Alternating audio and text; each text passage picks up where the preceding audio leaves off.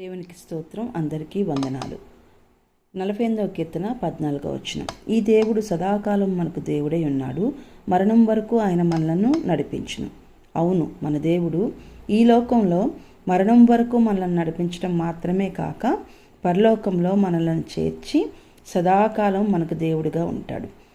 మనిషి నిరంతరం జీవిస్తాడు అన్నట్లు బ్రతకాలట. అదే సమయంలో రేపే మరణిస్తాడు అన్నట్లు జీవించాలట. ఎందుకంటే మనం ఈ మంటి శరీరాన్ని ఏ రోజైనా విడిచిపెట్టాల్సిందే. అది రేపే కావచ్చు. శరీరానికి చావు మాత్రం ఖాయం. అదే సమయంలో మనలో ఉన్న ఆత్మ అయితే పరలోకంలో లేకపోతే నరకంలో నిరంతరం జీవిస్తుంది. ఆత్మకు చావు లేదు. ఈ శరీరంతో మనం చేసిన క్రియలే మన ఆత్మకు పరలోకమా నరకమా అనేది నిర్ణయిస్తుంది. కనుక భయంతో వణుకుతో యేసయ్య మనకిచ్చిన ఈ గొప్ప రక్షణను అంతం వరకు కాపాడుకుందాం పరిశుద్ధాత్మ దేవుని సహాయంతో.